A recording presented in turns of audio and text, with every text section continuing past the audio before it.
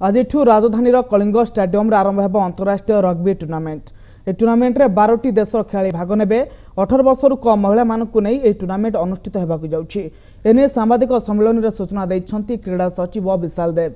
यह कार्यक्रम में रग्बीर ब्रांड आंबासडर राहुल बोस एवं उत्तर भुवनेश्वर विधायक प्रियदर्शनी मिश्र जोग देइथिले। ए टूर्नामेंट रे भाग ने ओडिशार 5 जन खेलाड़ी एमानक उपरे रहिछि एबे सभी नजर।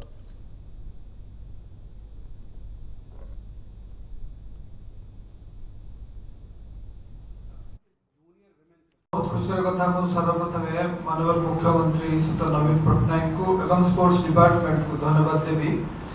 खूब कम दिन भितर रग्बी एशिया को आयोजन करने सब सुजोग दि आज सका देखुलु स्टाडियम पिला जो रोचे होटेल स्वस्ति प्रीमियम बहुत भल भाव सब ऑर्गेनाइज करा ठीक भाव वेलकम करा भल भाव रोचे। Players as well as the officials are very happy। Hockey विश्वकप थाई आयोजन करने जो कष्ट कर निश्चित भाव धन्यवाद देवी। एवं रग्बी इंडिया 1998 गठित होगा पर 2 डिकेड्स भितर बहुत भल काम कर विशेषकर ओडिशार पिला माने रग्बी भल कर जो मैंने गर्ल्स रग्बी बहुत भल करता।